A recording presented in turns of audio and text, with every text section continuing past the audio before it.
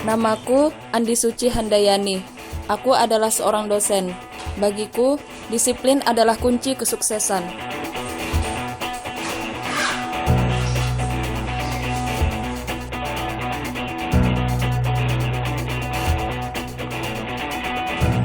Nah, di sekolah nanti belajarnya yang rajin ya.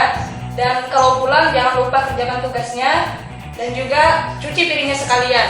Iya, Bunda. Hai, namaku Rabiatul Adawiyah. Aku adalah seorang mahasiswa yang sangat suka sekali dengan buku. Aku sedikit ceroboh, tapi bagiku buku adalah jembatan ilmu.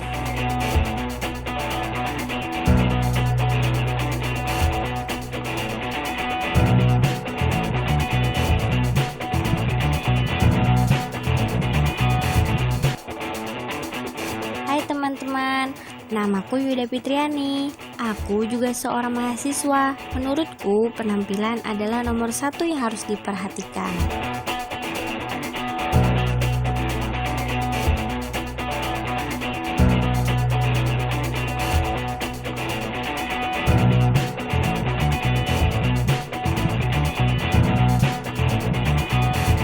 Namaku Muhammad Said. Aku seorang marbot di masjid dan aku bahagia. Bagiku, kebersihan adalah sebagian dari iman.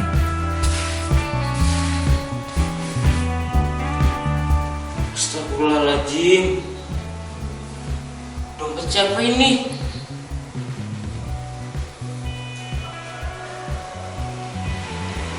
Banyak sekali. Alhamdulillah.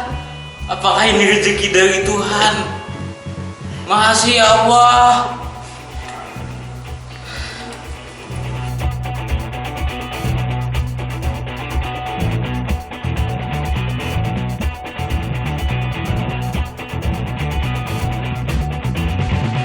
Oke, namaku Muhammad Tamjidillah. Aku adalah seorang mahasiswa, tetapi aku sekarang sudah sukses di perusahaan MLM. Bagiku, kesuksesan di waktu muda adalah awal dari kebahagiaan.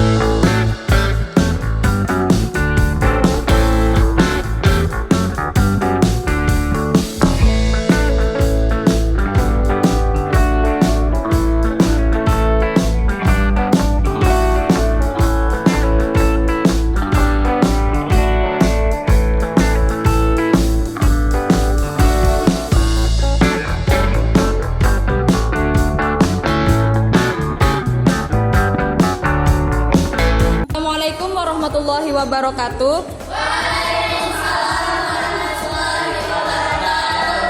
Baik anak-anak, hari ini kita jumpa lagi pada pertemuan tentang pasar modal syariah.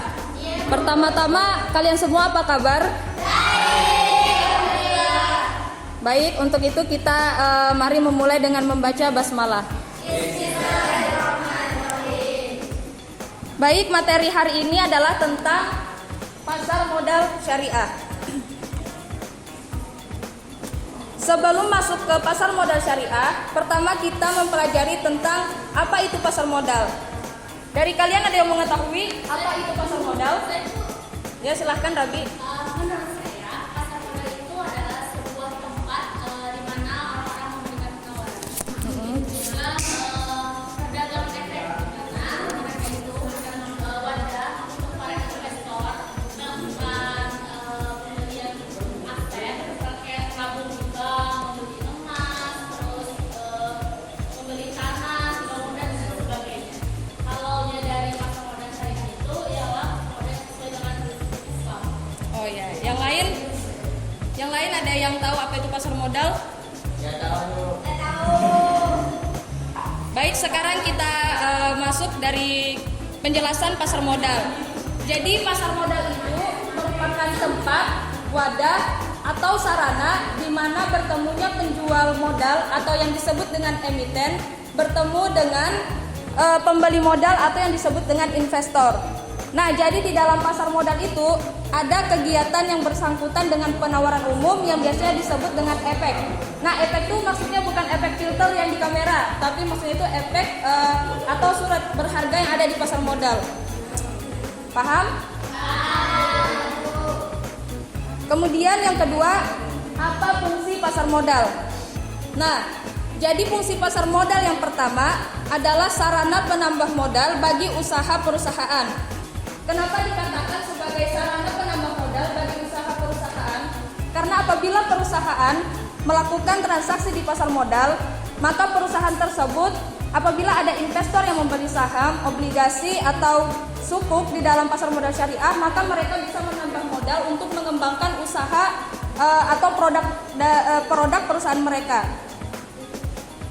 Yang kedua, sarana penciptaan tenaga kerja. Nah, jadi apabila ada pasar modal, otomatis kan dia itu memerlukan jasa atau tenaga kerja dari masyarakat. Jadi juga turut mengurangi tingkat pengangguran yang ada di negara kita. Yang ketiga, sebagai sarana peningkatan pendapatan negara. Jadi apabila para investor itu masuk ke pasar modal atau pasar modal syariah, mereka akan mendapatkan dividen atau bagi hasil yang itu akan dikenakan pajak oleh pemerintah. Nah, jadi pajak tersebut tadi bisa sebagai peningkatan pendapatan negara. Kemudian kita masuk ke pasar modal syariah. Tadi seperti yang dikatakan Rabi, pasar modal syariah apa, Rabi? Islam yang tidak mengandung riba dan bisa Kalau yang lain ada yang tahu?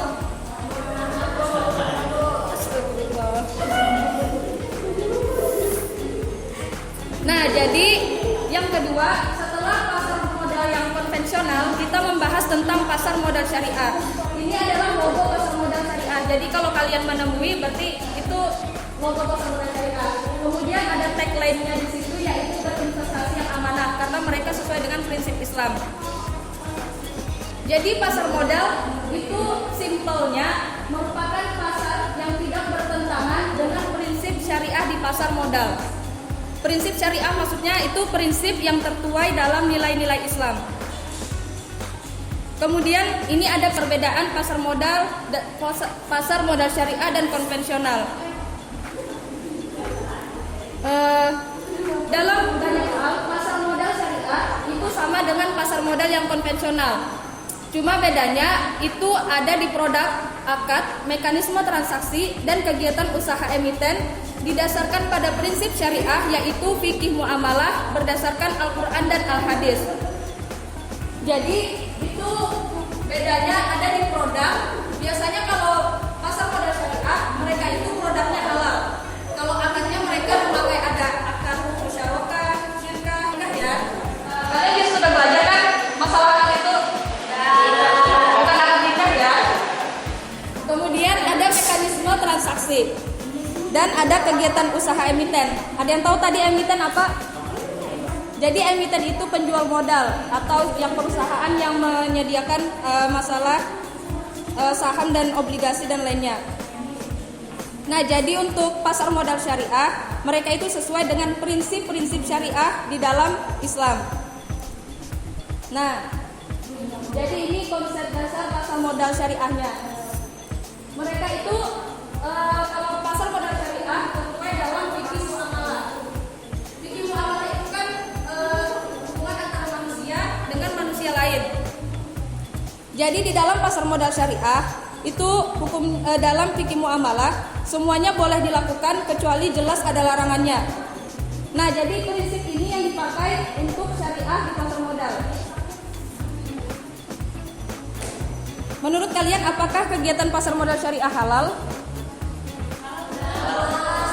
Kenapa? Karena ada syariahnya. Apa? Oh iya. Iya, bagus. Jawabannya bagus karena pertama tadi tidak mengandung riba dan produknya halal. Kemudian ada produk di pasar modal syariah. Nah, dari di sini kalian tahu nggak? Di dalam pasar modal konvensional ada salah satu yang tidak terbuat di sini. Kira-kira apa produknya? Iya, betul sekali. Jadi yang tidak terbuat dalam pasar modal syariah adalah obligasi. Kalau obligasi itu di dalam konvensional mereka adalah surat utang. Tapi kalau di pasar modal syariah itu disebut sukuk. Tuh, tulisannya. Sukuk. Nah, jadi sukuk itu bukan surat utang, melainkan surat bukti kepemilikan bersama atas aset atau proyek. Nah, jadi sukuk itu harus digunakan untuk kegiatan-kegiatan yang halal. Misalnya itu sertifikat, itu contoh sukuk. Kemudian ada saham. Saham itu sudah tahu semua kan? Tahu kada? Surat apa? Iya, pintar. Jadi saham itu adalah surat berharga yang diperjualbelikan oleh perusahaan. Yang ketiga ada reksadana syariah.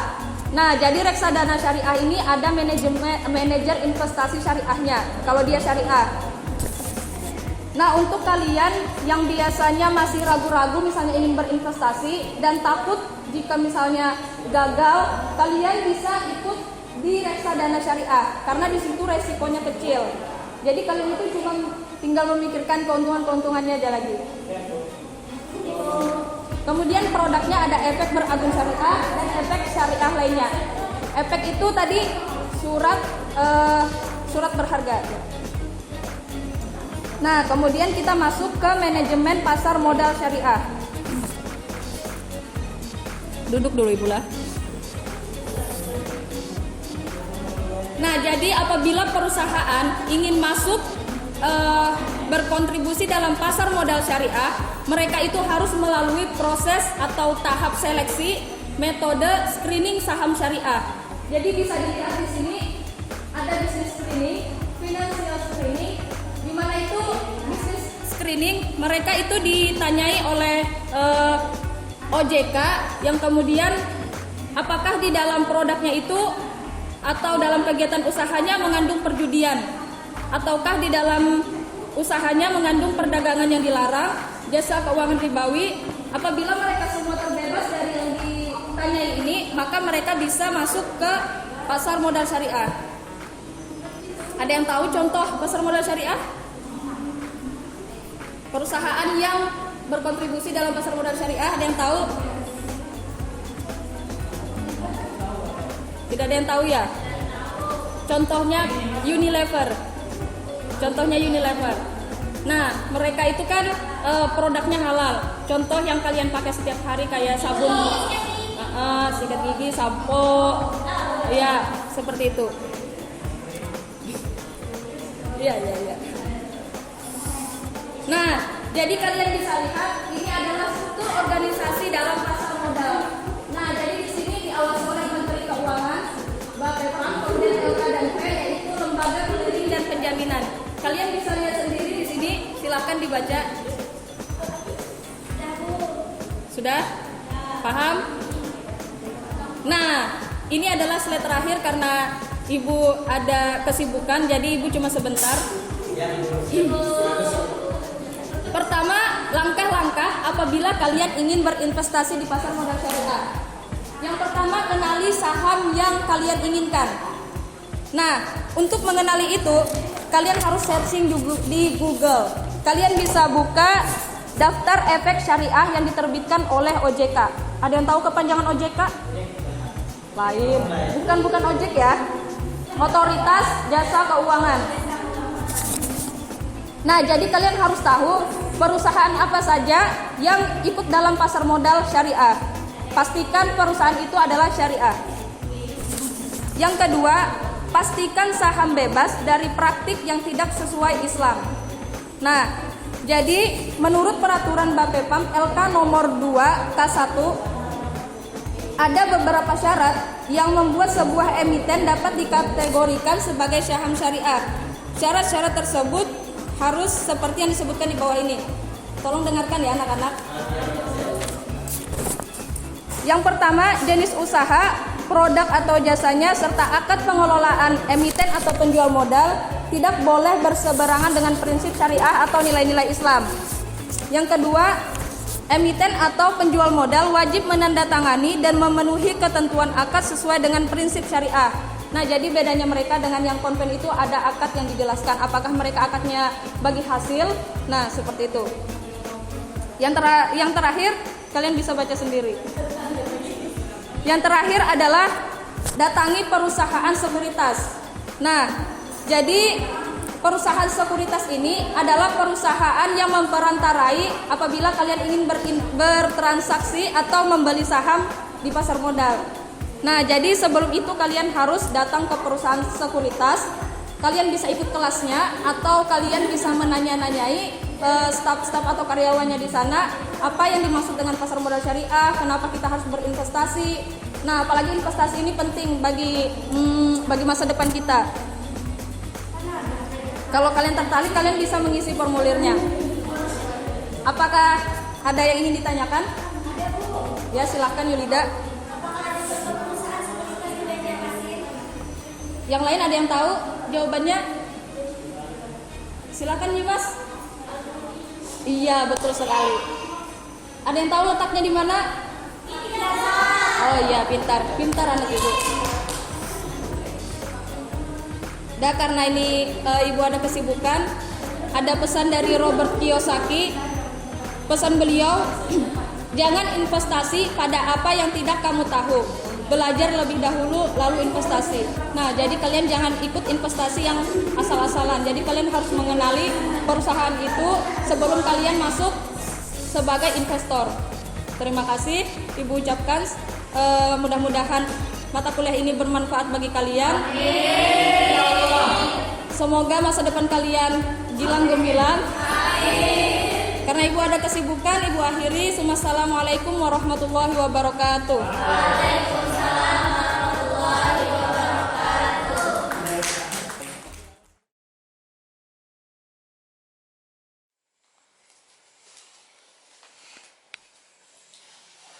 Aduh, capek banget ya hari ini.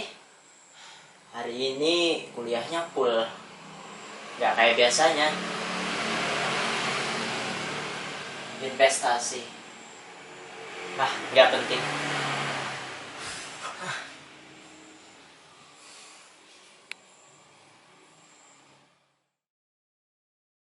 Uang Pak Jini, kembalikan uang kami. Kembalikan uang kami Pak Jini.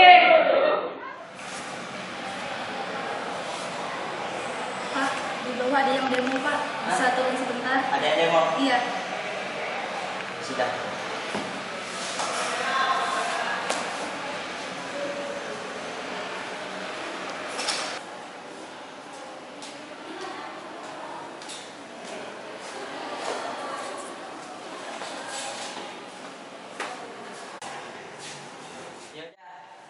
Kenapa kalian kesini? Sudah satu orang sini maju. Kembalikan uang kami Pak Jini. Kami di sini merasa dirugikan. Kembalikan uang kami. Ya udah, kita harus bicara baik-baik.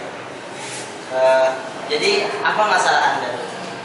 Kami di sini merasa ditipu. Kami nggak ada dapat untung apa-apa. Jadi kembalikan uang kami. Ya sudah, saya berjanji akan mengembalikan uang kalian. Tapi kalian setelah ini kita harus berdamai ya. Ya udah, yang penting dikembalikan. Ya.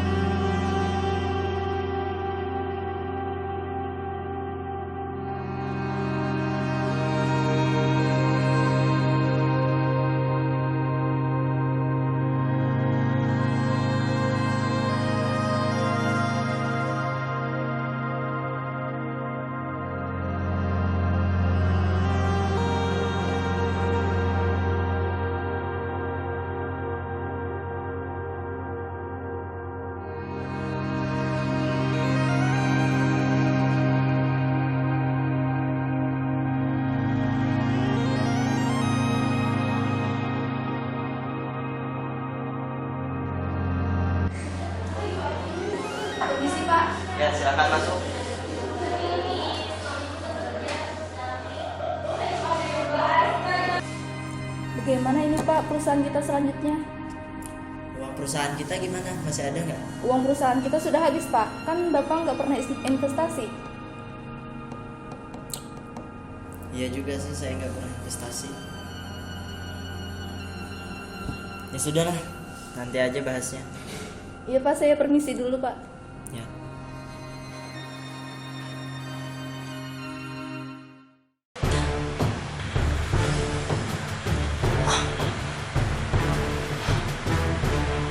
Mimpi apa ya tadi? Untung hanya mimpi. Oh iya, investasi.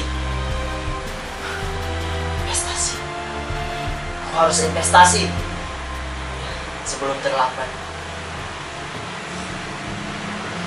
Aku harus hubungin temanku dulu.